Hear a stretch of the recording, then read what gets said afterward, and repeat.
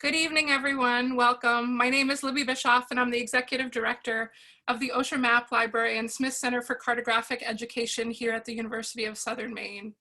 And I want to extend a warm welcome to everyone in the audience who has joined us this evening via Zoom webinar from near and far on a special night when we're honoring a really dear friend to the Map Library, to USM, and to the University of Maine system, where he was a longtime member of the Board of Trustees, Mr. John R. DiMatteo.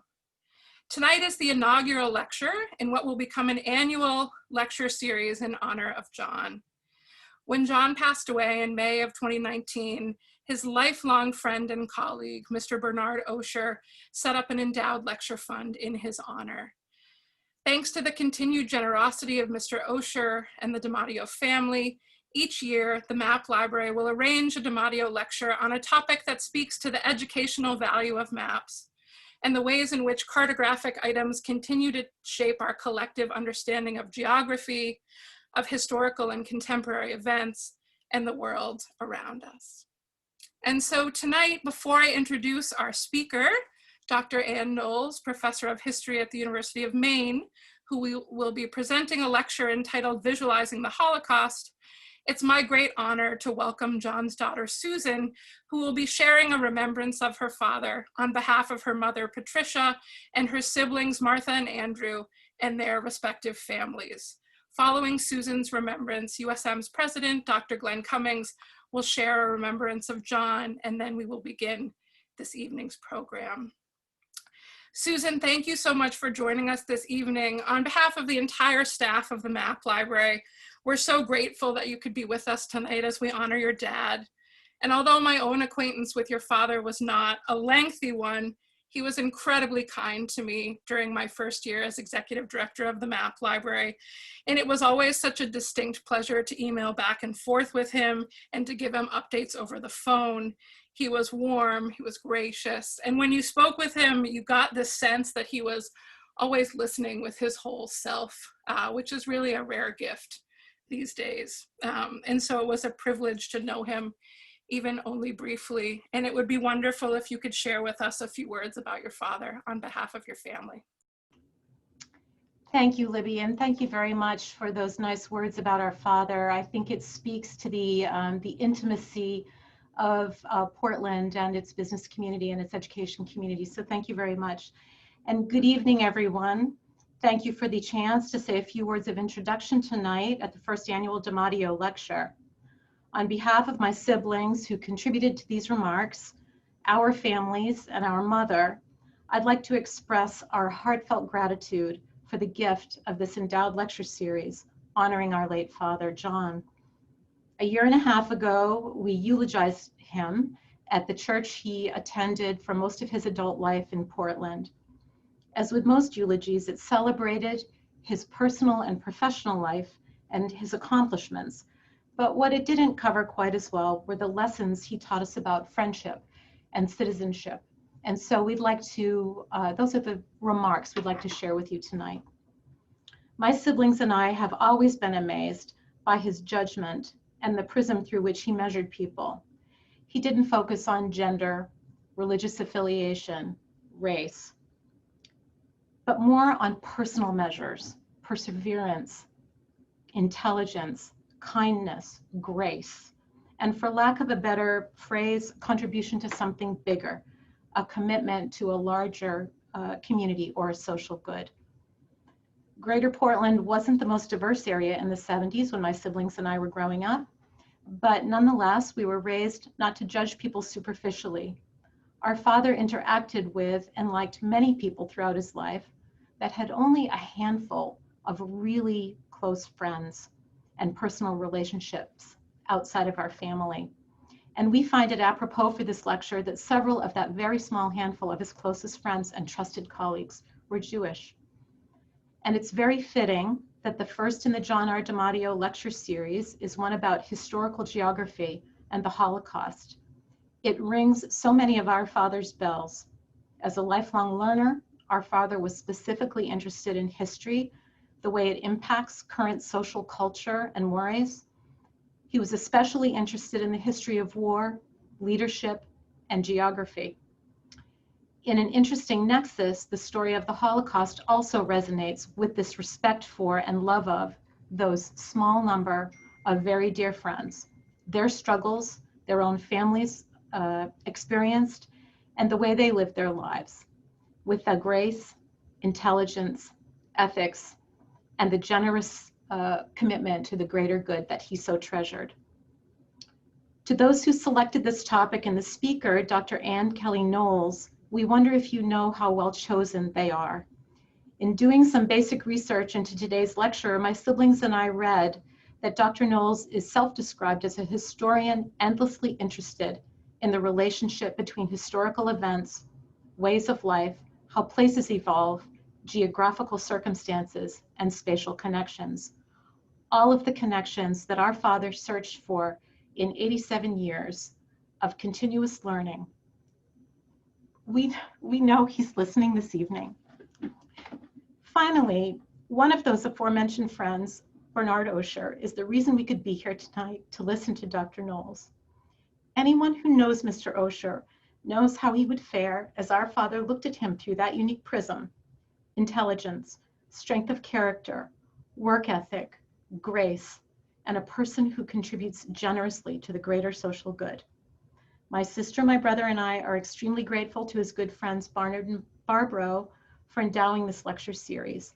Only people who really knew and loved our father well would also know how humbled and appreciative he would be by this gift, which will be one way to keep his name and commitment to lifelong learning alive in all of us.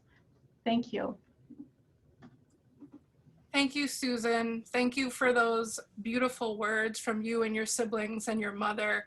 And we're honored you all can be with us tonight as we celebrate a truly good man and his life well lived for his family and his community.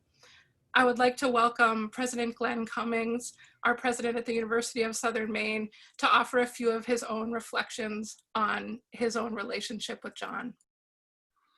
Thank you, Dr. Bishkov, and thank you for all you're doing for the Osher Map Library. And I know how successful you've been over the last 2 years. Also, please let me say thank you to the DiMatteo family and to Susan and all the members of the family for her words tonight. They reflect my experience with their father tremendously. Also, welcome to Dr. Knowles. Thank you for being here, and thank you for sharing your knowledge, your academic research with us tonight.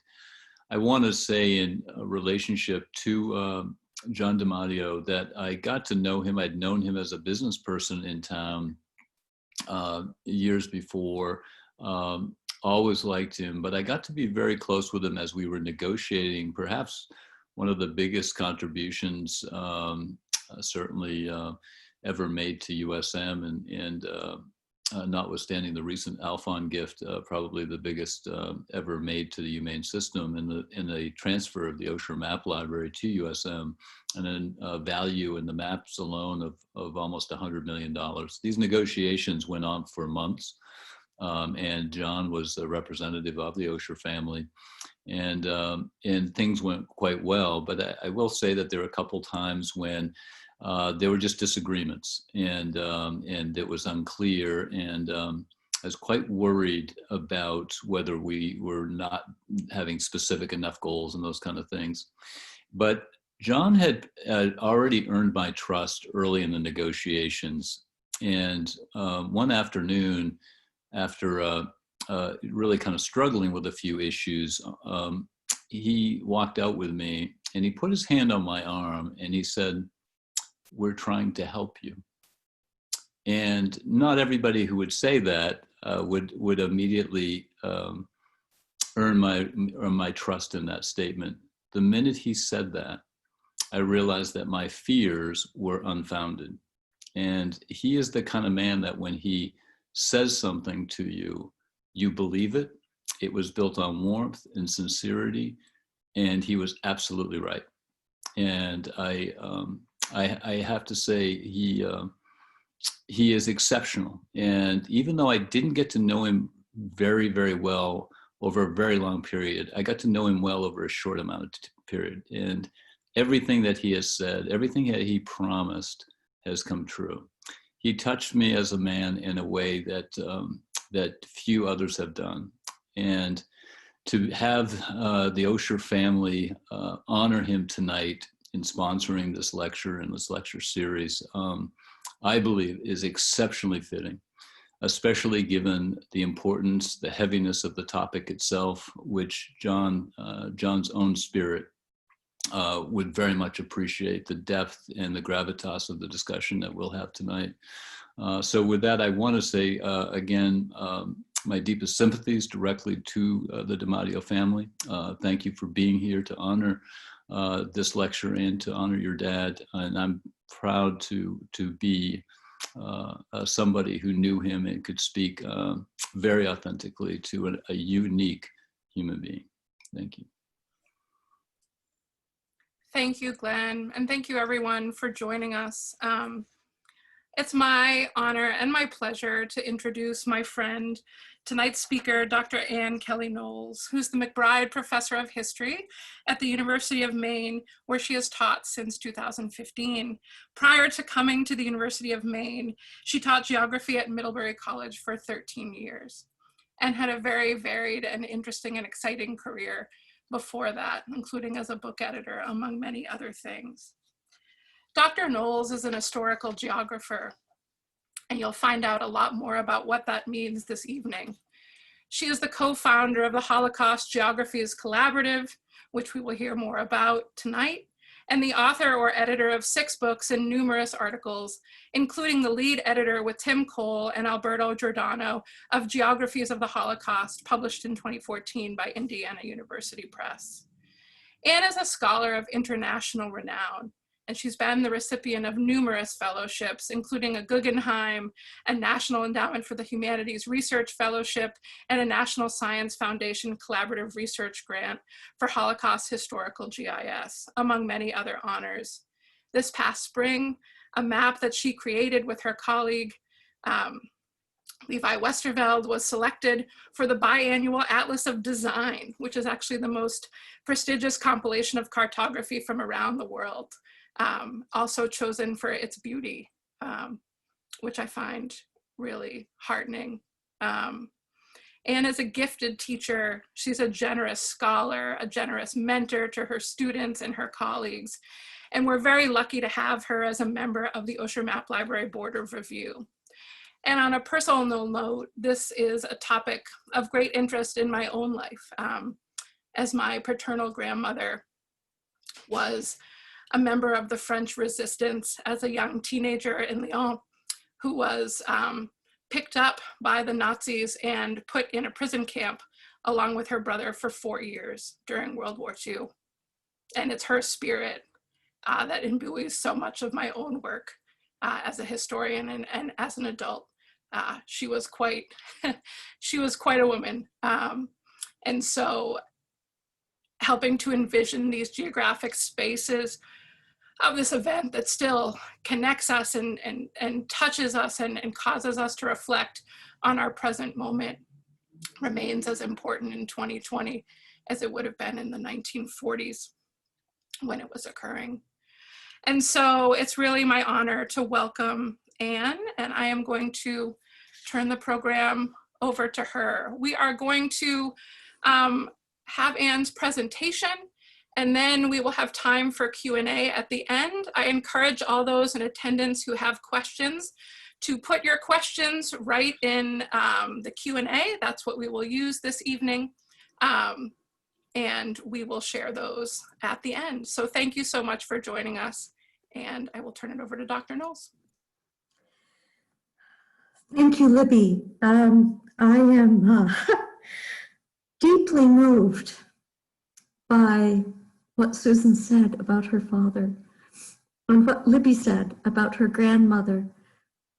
The Holocaust is with us still in so many ways as one, though not the only, great lesson, one of the great lessons of what can go wrong in human society, as a series of catastrophic events that touch the lives of hundreds of millions of people, in the reshaping of Europe, and in continued political debates over the meaning of identity, the rights of the individual against the state, and so much more.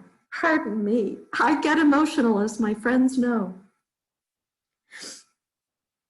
And particularly what Susan said, I had planned remarks, which I do have in mind, and you will hear many of them.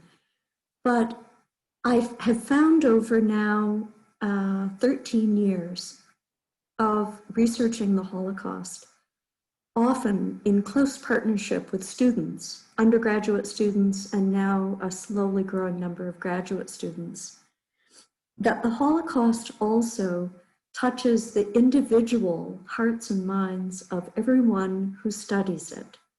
There is, I have found, an exceptional camaraderie and joie de vivre among people who study the Holocaust, in part because we all face the difficulty of the material together, and because it matters.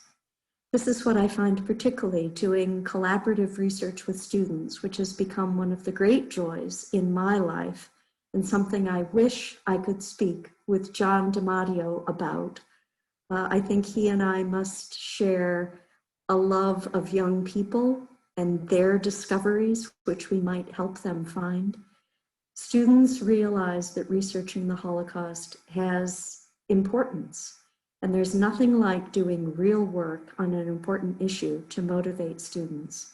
So much of what I'm going to speak about today, and many of the images I'm going to show you, were made by students or in collaboration with students. I want to thank all of them, the total number is well over 100 by now, for their enthusiasm, their commitment, their brilliance, and their very hard work. So thank you, Libby. Thank you, President Cummings. Thank you, Susan and the DiMatteo family, for enabling me to speak this evening and share work. I wish only that I could have shared it with John DiMatteo himself. Now I will share my screen.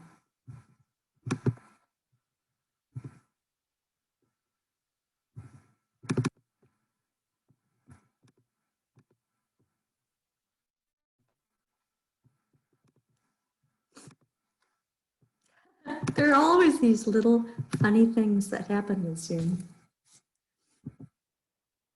In some ways, it is all too easy to visualize the Holocaust. It seems that almost everyone on the face of the planet has seen one or more of the gruesome photographs or film footage from concentration camps and ghettos. As a geographer, however, I want to tell you that I think of visualization rather differently.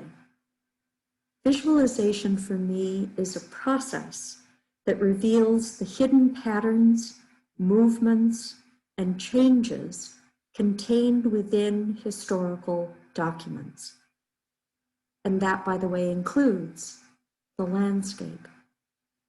Mapping is crucial, but it is not the only way to visualize historical and geographical sources. For the past 13 years, I have worked with an interdisciplinary group of scholars and students to explore the many geographies of the Holocaust Geographies Collaborative, to which Libby referred. Much of our research has involved building databases from historical sources, which we then map often with GIS, which stands for Geographic Information Systems. This is not the GPS satellites up in the sky that communicate with your GPS in the car or in your hand. This is a broad name and umbrella for many kinds of software that enable you to map any information with geographic location attached to it somehow. Our work has developed around three broad themes. First, the historical geography of events. We are asking, what were the spatial and temporal patterns of Holocaust events, including the German invasion and occupation of other European nations?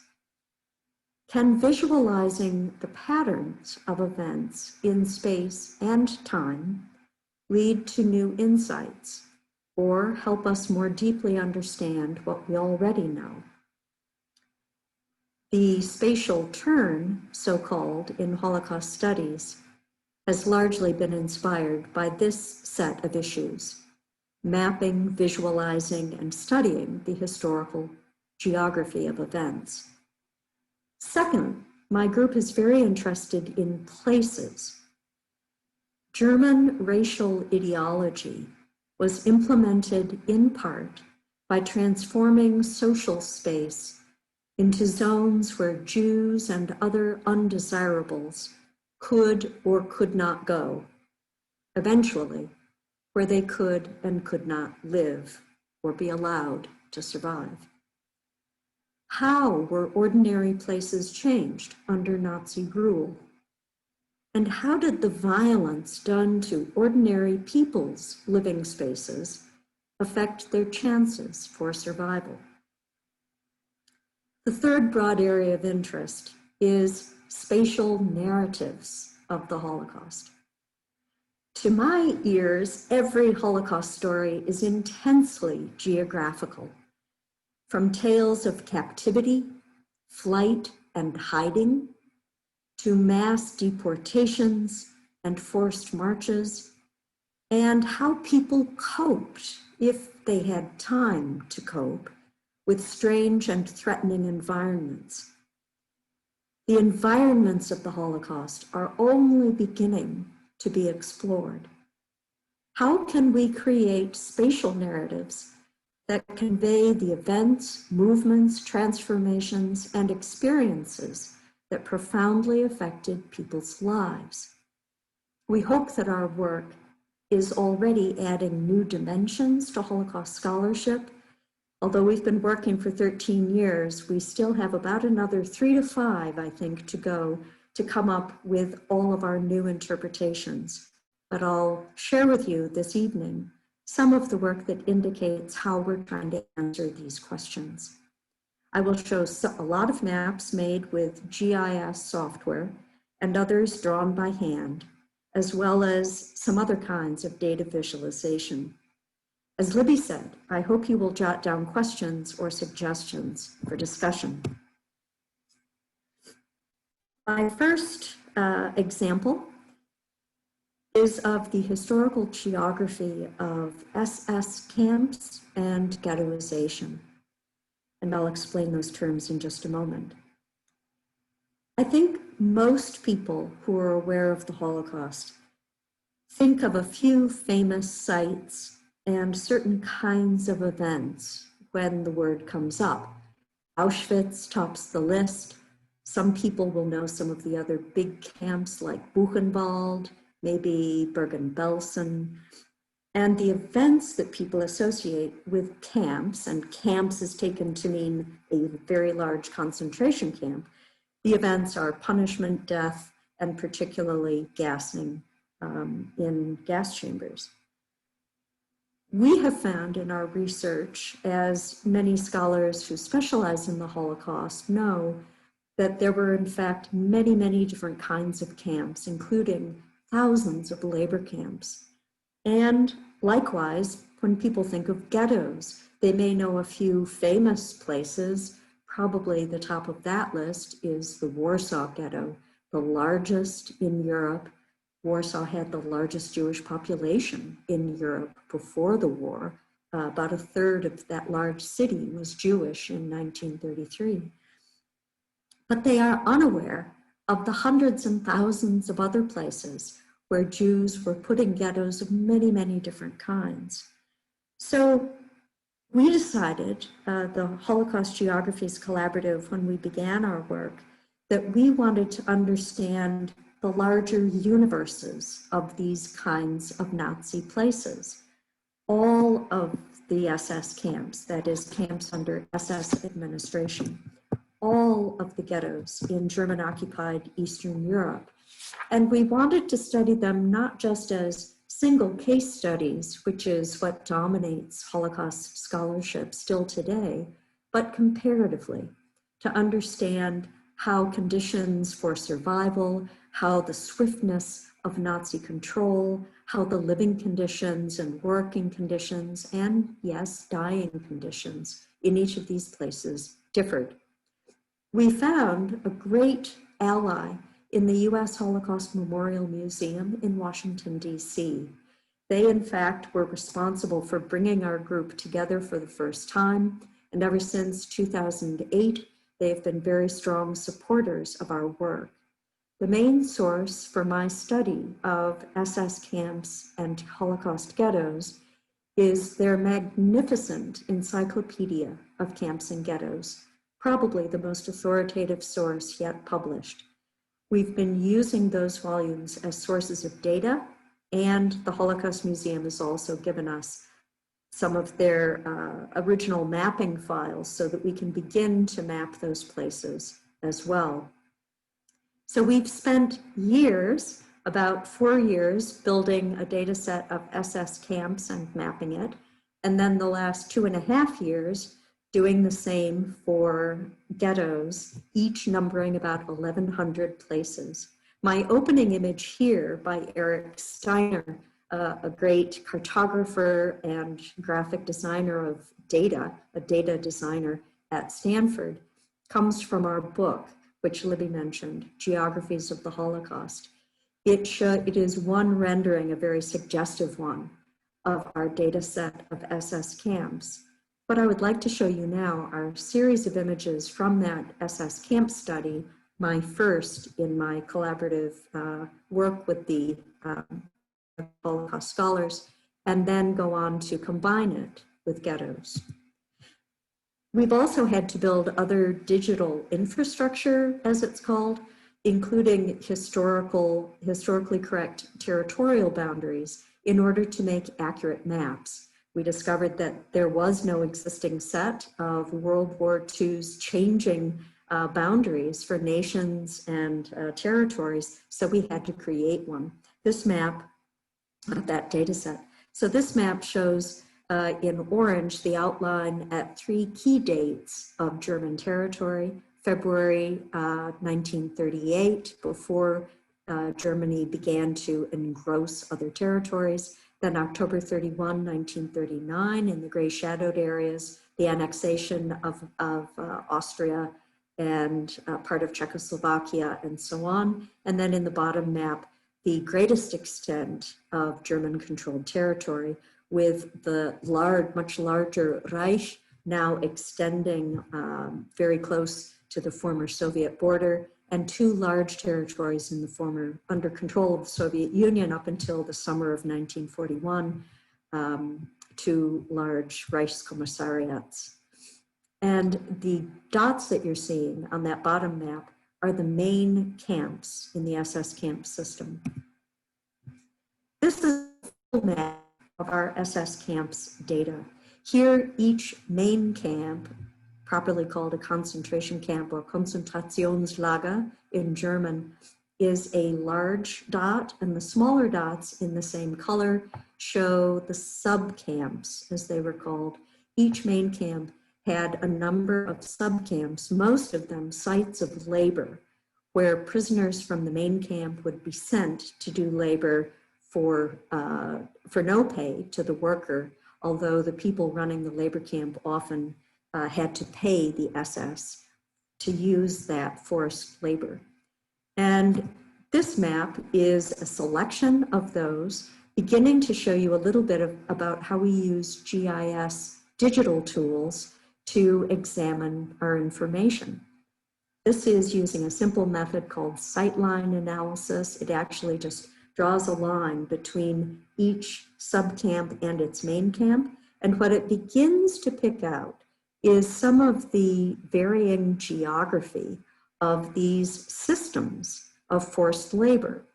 If you go to the center of the map, the orange spray of lines around Buchenwald partly shows that this was the largest system. It had the greatest number of subcamps. And it begins to suggest what we've subsequently learned, that there was a sort of east-west axis connecting these places, which as much as anything had to do with the existing highway system and train lines. Some other systems have some surprising connections. Sachsenhausen, for example, had some subcamps that were far to the south, and one that is nearly off the map in Kiev, where a man who owned a factory was able to persuade the SS to send some workers from Sachsenhausen out to his supervision, virtually free labor for him, very, very far away. So this is where visualizing data can help you begin to ask questions about how a system as complex as the SS camps was organized, whether they had a clear social logic, and so on. This is another representation of exactly the same data. And here's where I want to introduce a concept that's become really important to my research group. Never make one map or one visualization. There are almost infinite ways of exploring historical information through visual methods. This particular method, using a kind of software that's very common in business, it's called Tableau. You can use it to make really good presentations for an executive meeting, for example. It's also very good for displaying historical information. And what this graphic picks out with the timeline along the bottom is how the opening of Maine camps in the black dots began at quite a slow pace for several years. And then it began to pick up here. And then in late 1939, early 40, subcamps began to appear. But subcamps did not become a major feature of the system until late 1943 and especially 1944. What was happening then? The Germans were beginning to lose the war. Many men had died in service to the German army and so forth. Labor was becoming very scarce.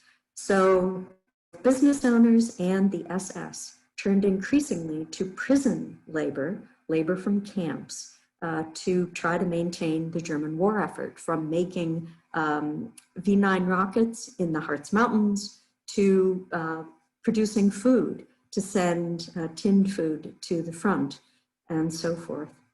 Now, I talked about different modes of representation. I have an animation of these data as well by my wonderful PhD student, Maya Kruse, who has joined us from Denmark. She's just in her second year with us and is already doing great work with GIS.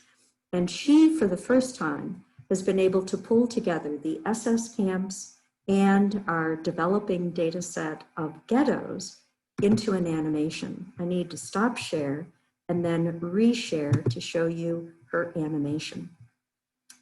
And it's going to start running immediately. I'm just going to, oh good, it hasn't. I can explain. If you can look at the legend in the bottom middle part of the screen, first you will see SS camps opening.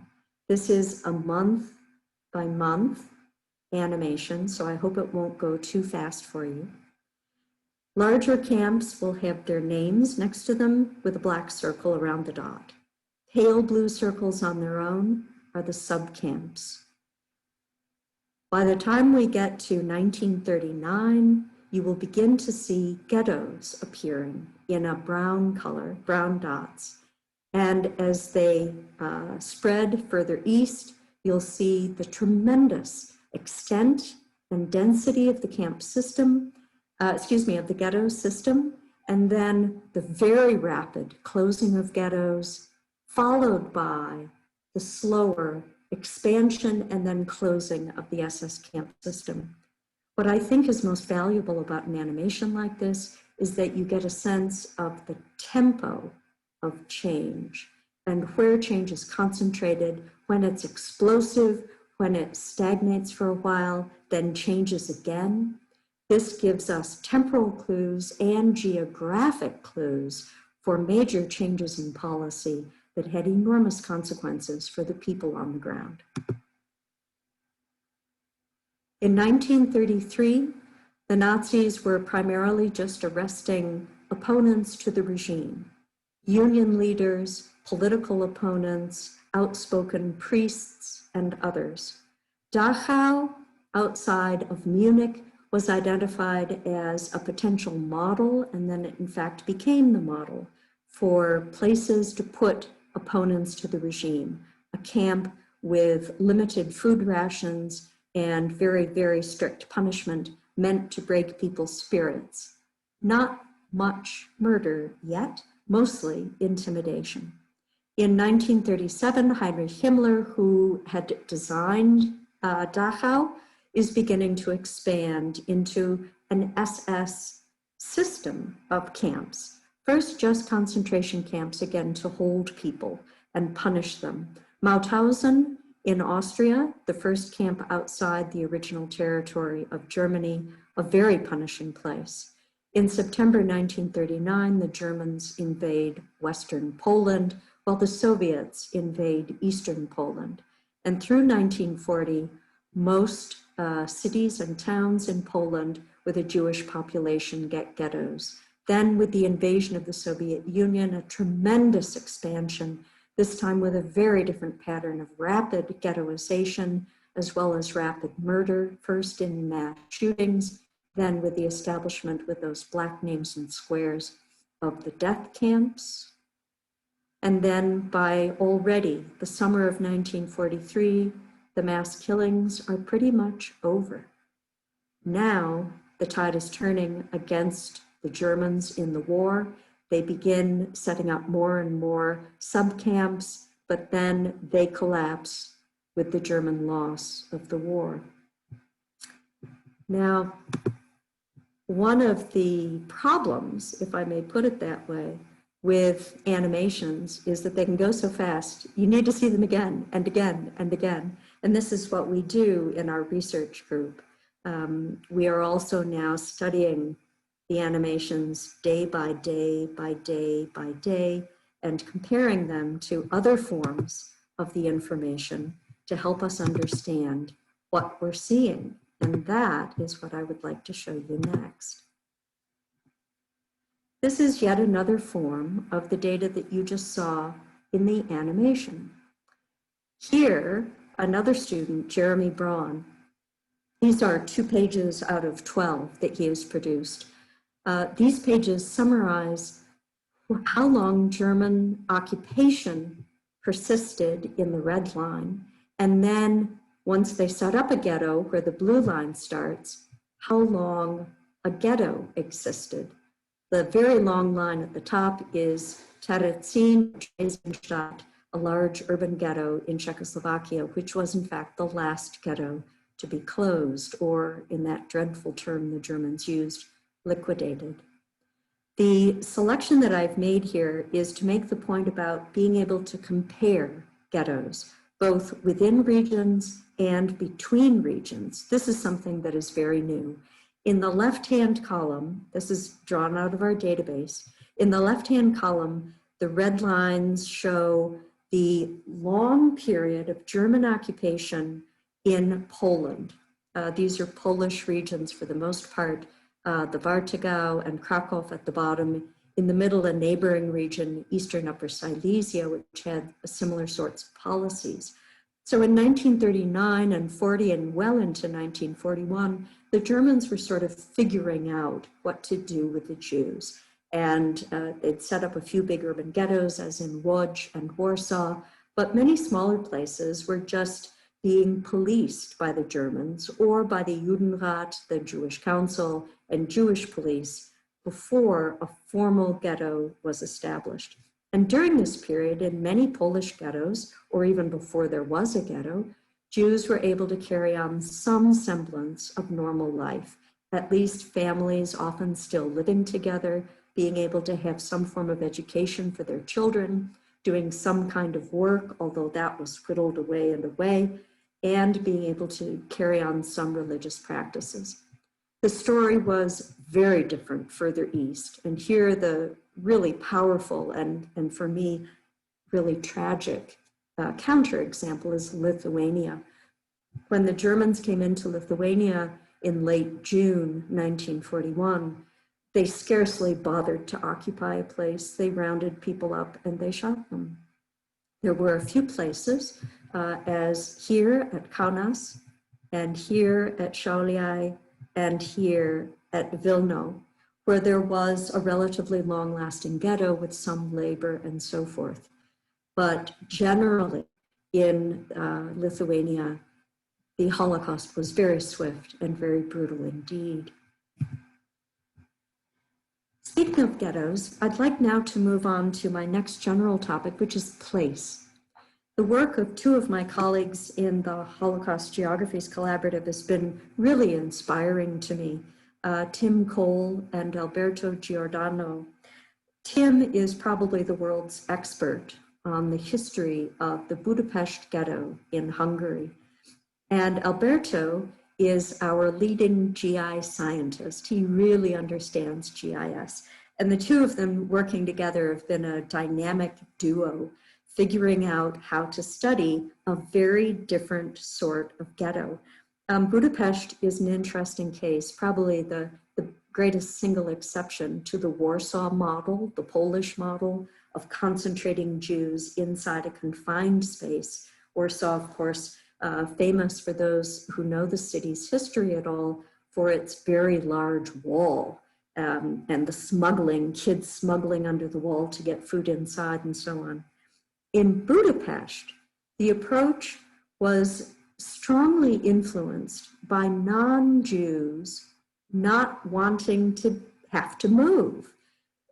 Budapest was a city of apartment buildings when the war broke out. And the Hungarians were cooperating well enough with Hitler that he was leaving the city mostly to their administration. And there were so many protests from non-Jews living in the city to any sort of plans for establishing a ghetto that the city administration decided, all right, we'll let most of the Jews stay where they are, most of the non-Jews stay where they are, but we're going to register and watch them very carefully. So this is the first map where Alberto and Tim show just how dispersed the Jews were. It almost doesn't make sense to speak of ghettoization here, at least not in the usual sense of a spatially confined, definite, fixed territory within a city. They were almost everywhere. And they lived along most of the streets in downtown Budapest. They were not allowed to use public transportation, but again, their influence, their presence was pervasive. The great difference was by 1944, when the Germans were becoming much more determined to make all of Europe Judenrein, that is free or clean of Jews, they put pressure on the Hungarian government to deliver the Jews. And in summer of 1944, growing numbers were gathered up in small towns in the outskirts, put on trains and sent to Auschwitz. There was a massive series of deportations out of Hungary, 437,000 Jews out of Hungary to Auschwitz just in 3 months that summer.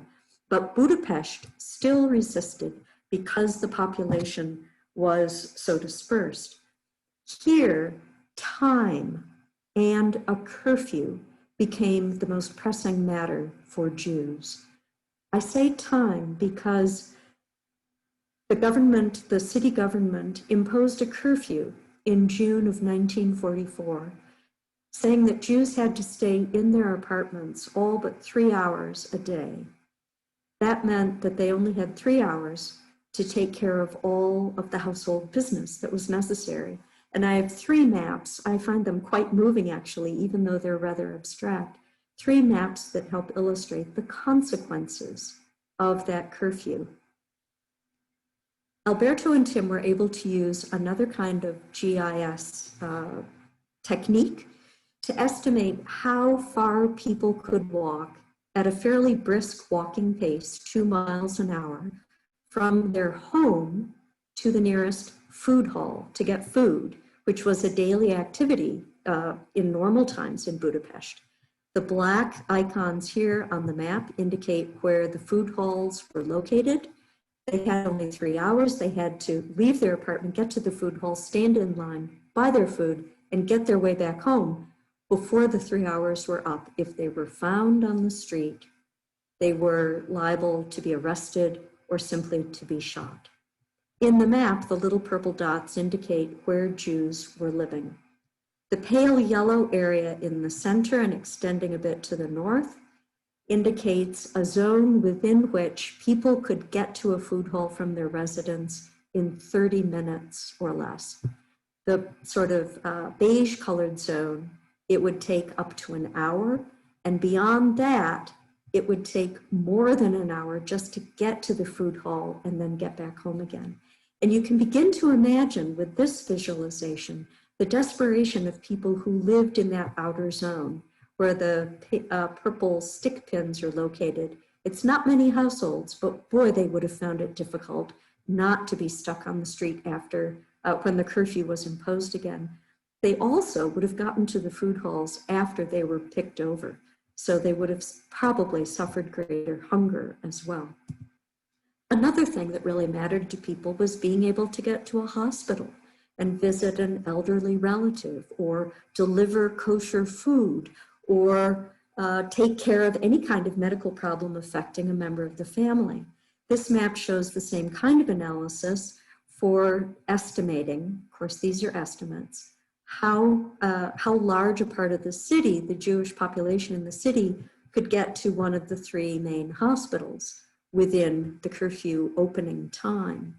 And the final example is one of the most famous and interesting parts of Budapest Holocaust history is the activity of a Swedish diplomat. You may have heard of Raoul Wallenberg. Wallenberg was a Swedish diplomat working in Hungary, centered in Budapest, who did everything in his human power to do to provide papers, many of them completely fabricated, for Jews in the city to get out of Hungary, to get safely out of Hungary before the Nazis came, to get to Sweden or anywhere else. So to get those papers, people had to get to one of the 2 Swedish legations, one on either side of the river. Here again, people living in downtown had relatively easy access, though here, like at the food halls, there were long lines to deal with, and people living on the outskirts were most disadvantaged. So distance made a difference. And another aspect that Tim found particularly important, comparing these maps to testimonies that he had read and listened to, is that people in Budapest, the Jews in Budapest, who could stay in their own apartments, living next to their same old neighbors, also had significant advantages. A neighbor could stand in line for you at the Swedish legation. A neighbor could help you get food. A neighbor could take a message to a relative in the hospital. As one woman put it, staying put meant everything.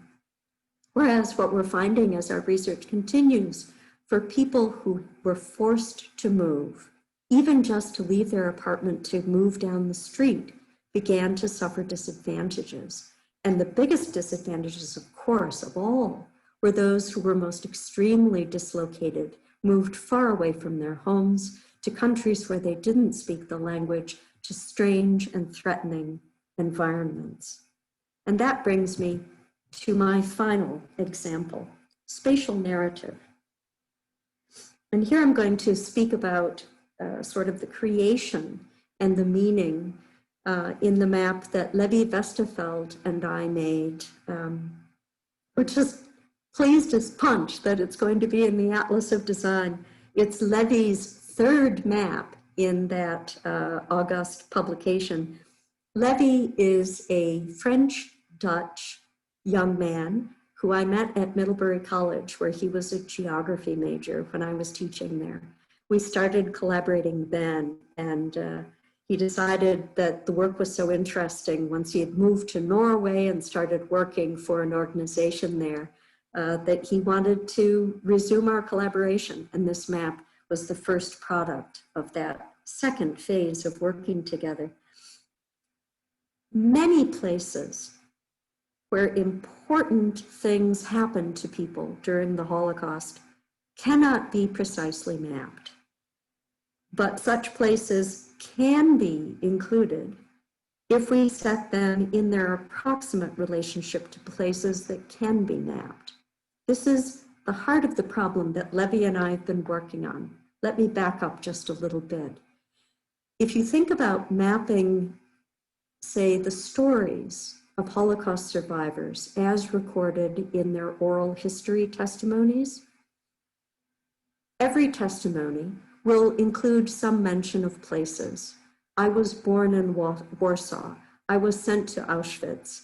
I then worked in a labor camp in Czechoslovakia, and so on. So there will be a sort of breadcrumb trail of places that you can find latitude and longitude coordinates for, and you could make a map of that.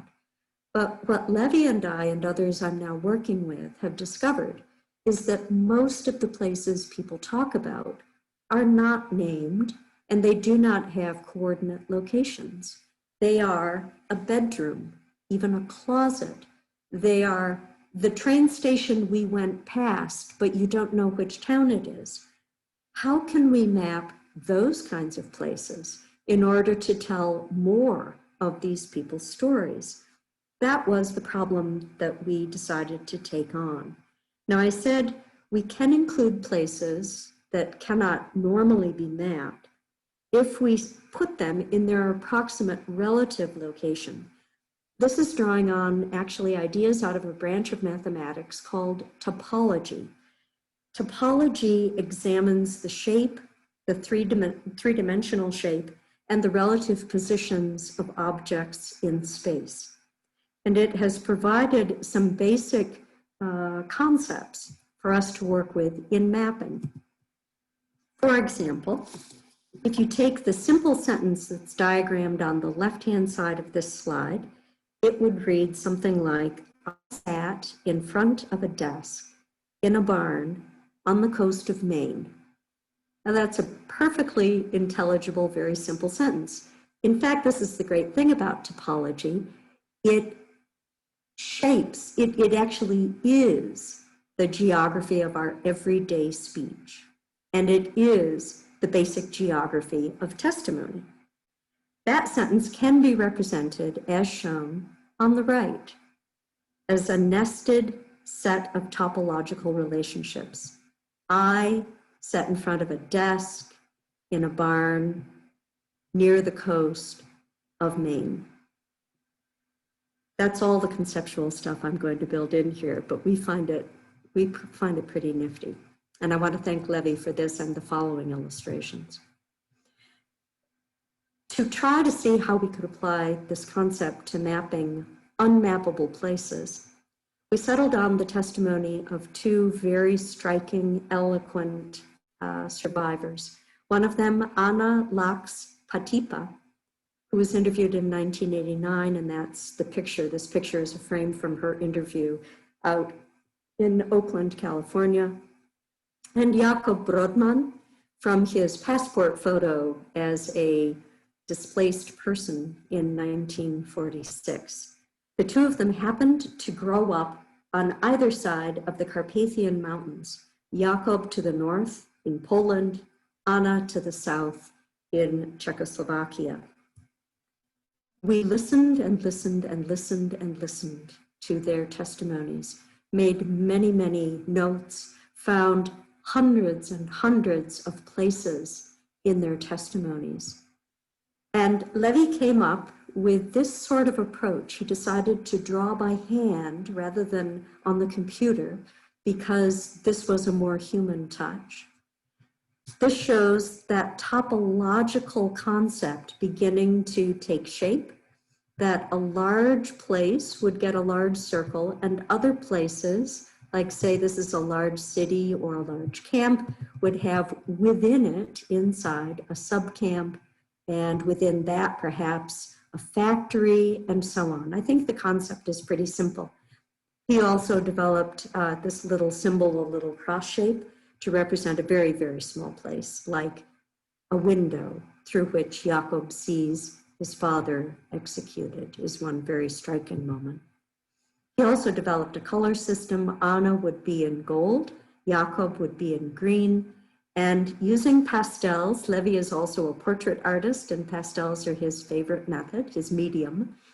The more intense the color, the more often the place would be mentioned in testimony. So color, intensity, or saturation as a way of representing also the significance of a place.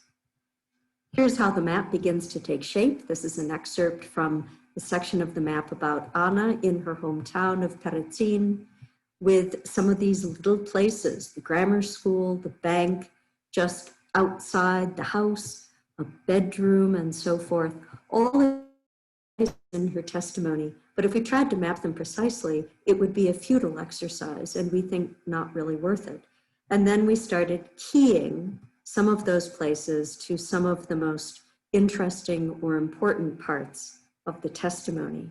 That all came together at Auschwitz, where both of them happened to land at different times. So here the two colors are helpful in distinguishing them. And altogether, it became a map that's about 6 feet long and a little over 3 feet wide, with an explanatory text on the side, an orientation map, and their narratives filling the space. This was a very preliminary first step toward building a spatial narrative that at least we hope can have the content of a person's experience more fully than a more conventional map. Then we were delighted, and these are my last slides, when we were approached by two other folks interested in this approach, James Cheshire, a geographer in the UK, and Oliver Umberti, who is a very experienced cartographer, graphic designer, photographer, and illustrator. And Oliver is redesigning our map for inclusion in a book that they're producing called Atlas of the Invisible. This is what his version of our map looks like. He's humanized it, I will say, with drawings of Anna and Jakob. And now we have larger texts. This, by the way, is going to be a big gatefold coming out of their book, so the map will be fairly large. They've chosen not quite as many of the incidents and given the text a little more prominence. And they've also made the movements of these two people a little bit clearer in the course of, if you follow the numbers, with Jakob ending here and Anna ending in Germany when they're both liberated in 1945. I think they're making significant improvements, and it's a reminder that it can be a great thing, again, to revisualize and find a better mode of expression for any set of information. And I'm going to close with this. This is kind of a small part of Oliver's redesigned map, of our map, but I think it begins to show the real narrative potential of working with this kind of material, because two things he has added that are really great narrative devices. One is that he's added in the soft gray all of the camps that existed in 1943 as a way to begin to contextualize these two particular stories in the much larger narrative of what was happening in the Holocaust. And then down at the bottom, I've put these dark red ovals around parts of the timeline as a reminder that these two people went through the Holocaust at different times and different places. Jakob in Poland, which was, if you might remember from the animation, Poland was ghettoized first. His town was ghettoized in late 1940, and in 1941 and early 42, he was shunted from one ghetto to another as they were closing, and he was in a work crew that had to clean up after the Nazis, after the deportations, very difficult work. Anna in Czechoslovakia suffered with her family under German occupation earlier, but they were able to stay in their own home and they weren't deported until 1944. So hers was a very different experience. So Oliver's map is giving me some new ideas for how to deal with the complexity of differences among testimony and yet the commonality of contexts across the whole continent. I said that we've been working now, the collaborative, for 13 years, but we feel we're just getting started. And with that, I would love to hear your comments, questions. Anne, thank you so much for your wonderful presentation and for sharing all of those visualizations and for reminding us how deeply collaborative so much of this work needs to be in order to get the results. And it's fascinating to see, especially the map of experiences, how different artists and cartographers and collaborators you're working with add another layer to the narrative to make it richer and richer for the viewer. Mm-hmm. So thank you. We are starting to get some questions in the chat, and I will read a few of them aloud. And also welcome others to join in the Q&A.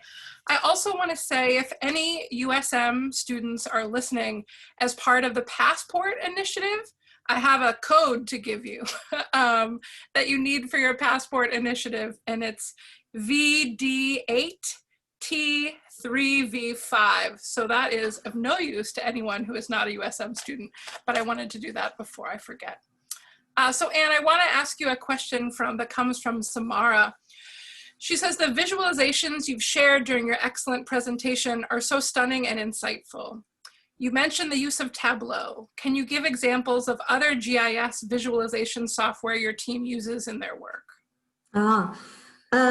Some of the images I showed, including I think the work of Oliver Uberti, started with GIS and then migrated into Adobe Illustrator, which is the graphics program still strongly preferred by most cartographers because of its design flexibility, availability of hundreds and hundreds of typographic fonts and so on.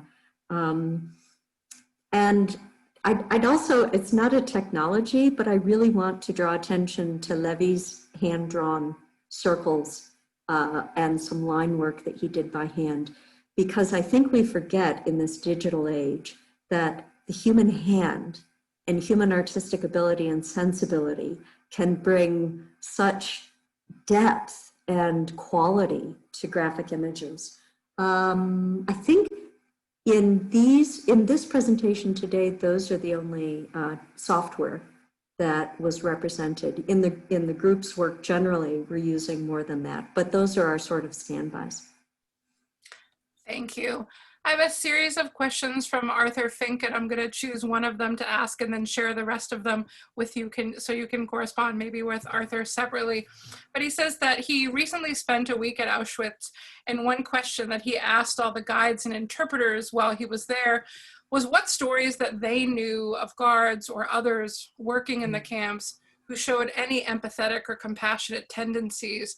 And he got responses back quite often that that the stories were so grim, and he was looking for nuance and gradation and he wasn't finding it. And so he's read that as contemporaries of people who lived during that time, as they begin to pass away, there's more evidence of such officials. And so he asks if there's been any discussion of mapping the density of populations today who were teenagers or older during the Holocaust, and to look at areas where people were and were not sharing stories. Oh, what a great idea. I haven't heard of that, but golly, we have the world's biggest Holocaust conference is happening virtually in November, and that would be a great question to bring to the whole crowd, I would say. So I don't know of anyone doing that.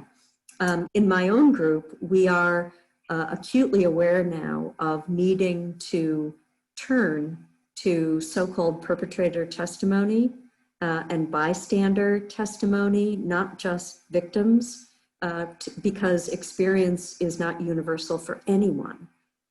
So that's now on our future agenda. And I would just follow up with one of his questions that you may have a more direct answer to, because I bet someone is doing it. But are folks using, or your team or other folks using these GIS techniques to map sites of the resistance, either as expressed or developing internally, or map where Jews were hidden? Yes, particularly the latter. There's a wonderful woman in the Netherlands named Dinka Hondius, who this crowd will realize the significance of that name, Hondius. She is in fact a great whatever great's granddaughter of the great Hondius, the map maker and atlas maker.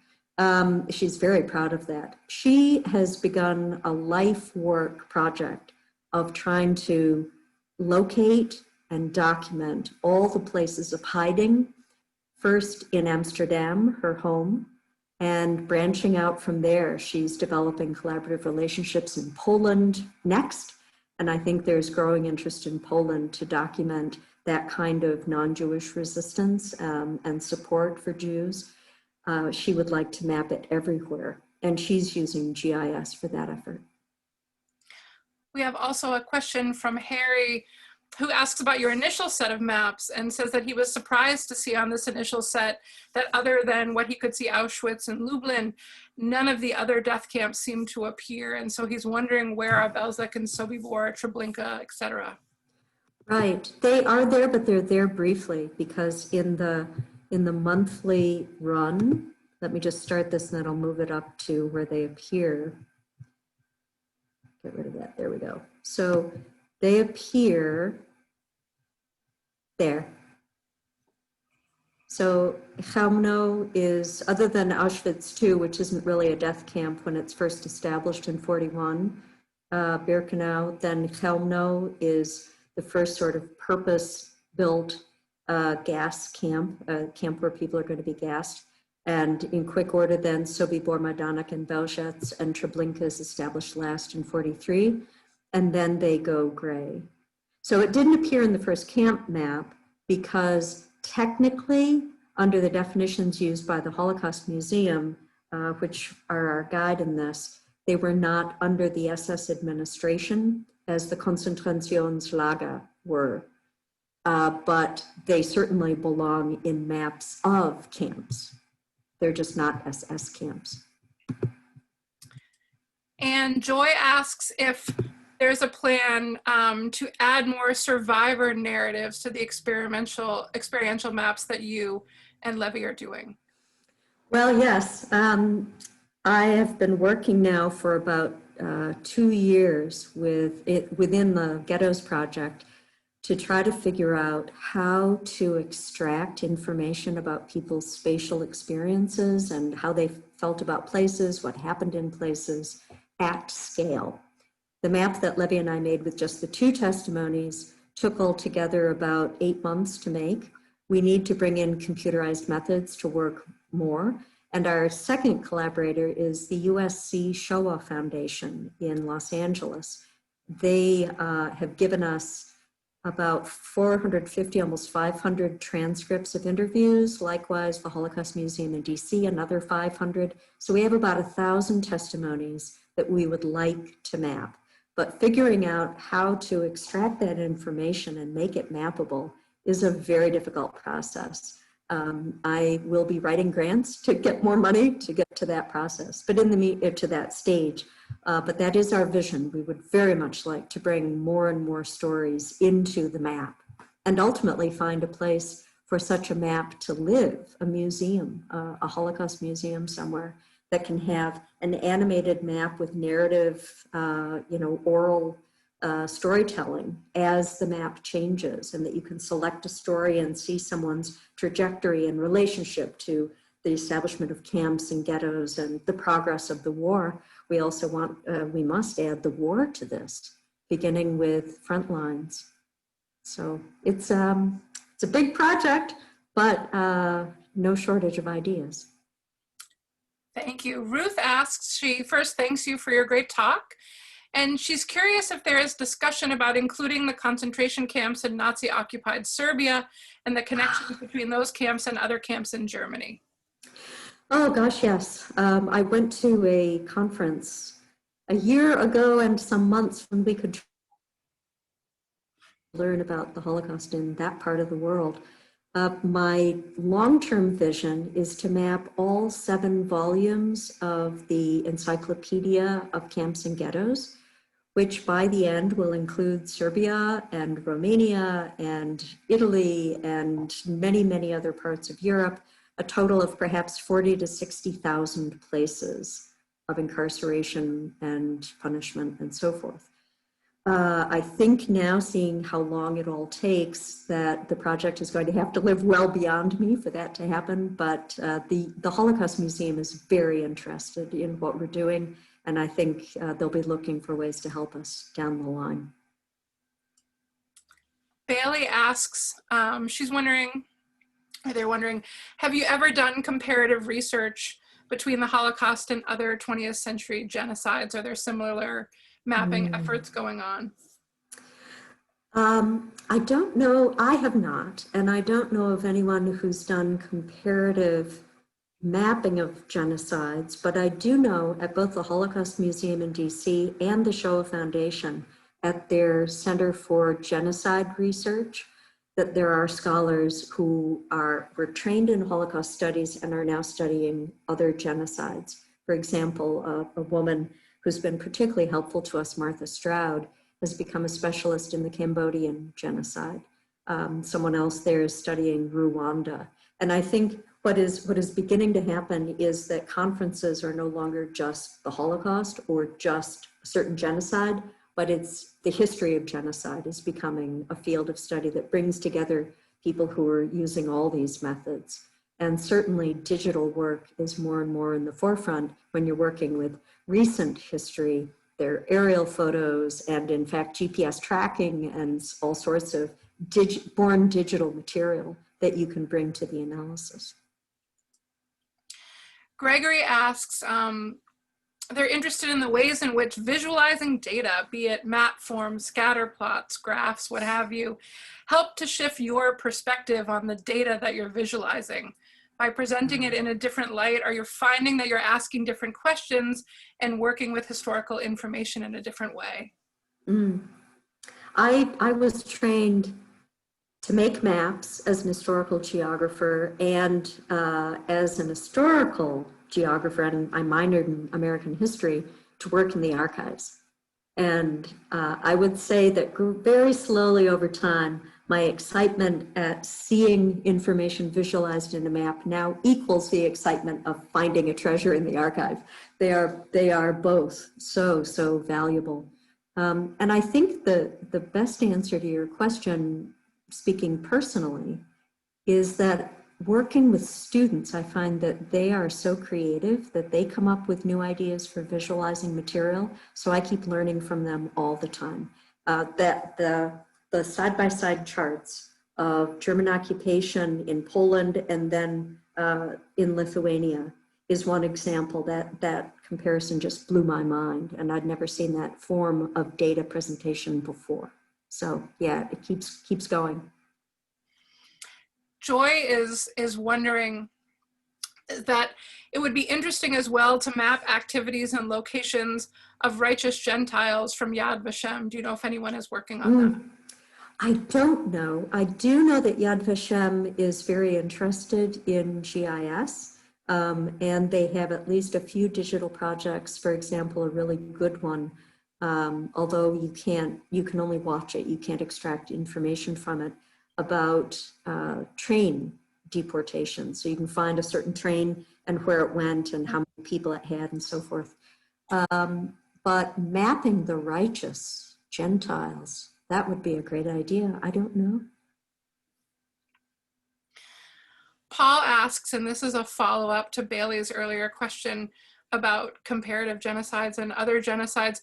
Are you aware of anyone who is working in your circles on mapping indigenous genocide across the Americas, especially in North America? There's a great deal of indigenous mapping going on, both mapping about indigenous people and mapping by indigenous people.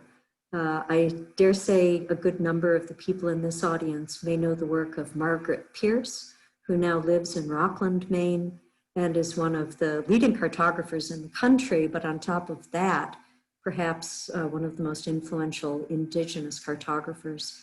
She made a spectacular map at the prompting of the Canadian American Center at the University of Maine called Coming Home to Indigenous Place Names in Canada, as a kind of elegant, superb counter map to the celebrations about the 150th anniversary of Canadian Federation. It's a very interesting question because I haven't seen someone specifically mapping the genocide or genocides of Native Americans. That would be a very big and complicated project, partly because of you would need to define what genocide is, which is an ongoing debate around the world, no matter where you look. People even debate the meaning of genocide in the context of the Holocaust. I will say, though, I know a young man at Dartmouth named Jeremy McKays, who's a scholar of the Peruvian, so-called Peruvian conquest by the Spanish, which he sees as a much more collaborative and complex event. He is now trying to map all indigenous place names in North and Central and South America in the original languages. There's a lifetime project for you. Wow, that's an amazing project. And I would have to say for folks listening, if you're not familiar in this vein with the nativeland.ca map, which is a collaborative digital project about Indigenous land and Indigenous territories and visualizing the territories that we now occupy, it's a fantastic project and well worth your time looking around. It's another example of really deeply collaborative work that would not be possible by just one person. And in wrapping up this evening, Anne, there are some very nice comments to you in the Q&A, thanking you for your amazing presentation, particularly from folks who are teachers of both the Holocaust and human geography. And thank you for your contributions. But I'll wrap up with a question from Arthur. And this is a question I get, I think, from history students a lot, and certainly from people who work on the Holocaust and genocides and other extremely difficult events, is that when you're doing this kind of work and dealing with this human data of death and genocide, how do you and your colleagues support yourselves in keeping a strong and liberating sense of your continued humanity? How do you continue to work with these materials? Thank you for that question, Arthur. It's one that comes up in the research, in the teaching of the Holocaust, but probably particularly working closely with students on the research. Right now, a group of largely undergraduates at the University of Maine are reading through the Encyclopedia of Ghettos one more time to pull out the physical characteristics of ghettos, where we arrange our research into data sets. So one was mostly about German occupation and setting up the ghettos. This one is about the physical characteristics, including incidents of disease. And then the last table, if they're still with me, is about murder events. And they are burned out, especially in these times right now, when we all feel so isolated. At the same time, and so I give them permission, I urge them to take a break, which a number of them did for a couple of weeks during this fall already. I'm told by my family that I need to take a break now and then as well. But the curious thing about Holocaust research, if you have the stomach for it at all, and that seems to be a sort of starting requirement, is that the humanity of it is inescapable. You're always dealing with events that profoundly affected people's lives, and the desire to understand those events and come as close to those people in their aliveness become highly motivating for the work. I think I'm not just speaking for myself there. I think a lot of Holocaust scholars feel that way, and some students get that feeling as well. I know that's how Maya Kluze feels about her research. She's been studying the Holocaust as it affected Danish Jews already for years, but she just feels more motivated as she's able to understand it better. I have a question for the audience and all of you. I am genuinely curious. I was a bit nervous going into this presentation, thinking that, gosh, I'm speaking to people who normally attend fairly upbeat and definitely not such serious topics in life and death and all that. Is it difficult to hear about these things? Is it occasionally necessary? I don't know. If you type your answers into the Q&A, Ann can see them directly on that. And I'd like very much to thank everyone for joining us tonight. I'd like to thank John DiMatteo's family, and thank you again for those beautiful reflections on your father. Thank you to Bernard Osher for endowing this lecture series so we can continue to learn from one another. And thank you to Ann for such an apropos lecture in honor of John's life and his work and the deep connections and the deep humanity of your work, and also how deeply involved it is in educating and teaching others to do this work and to grow upon this work, and to take this work and to make it their own and expand it, which was really wonderful. As many of you know, our lecture series, certainly for the duration of the pandemic, are online via webinar.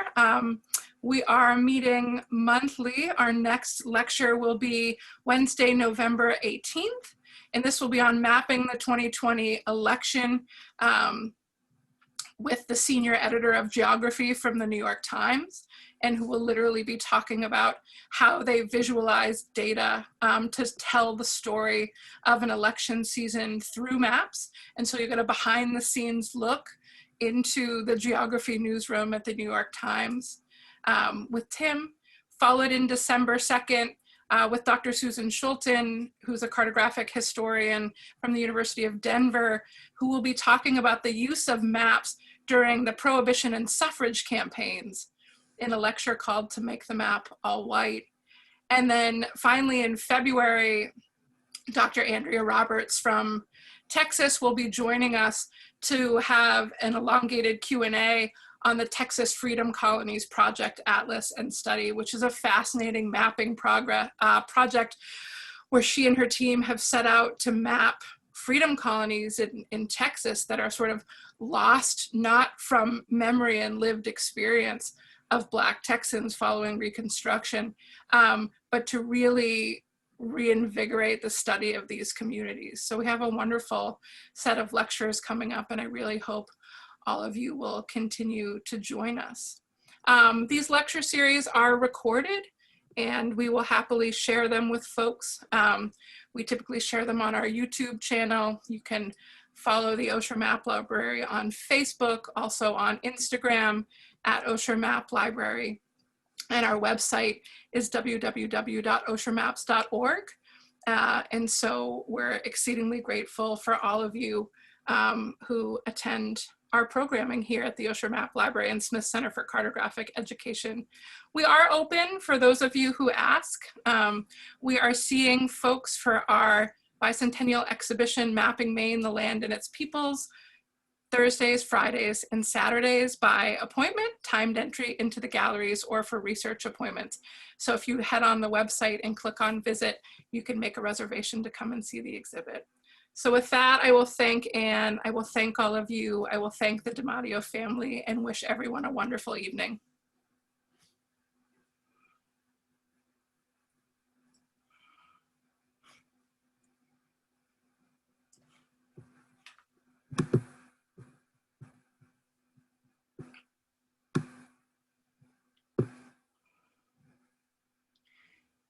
And Ann, I'm going to look at a way to save the chat for you, because all of the answers that people put into the question that you asked are really amazing. Yeah, they're really interesting. Thank you. I would love to have them. I think it will let me save that.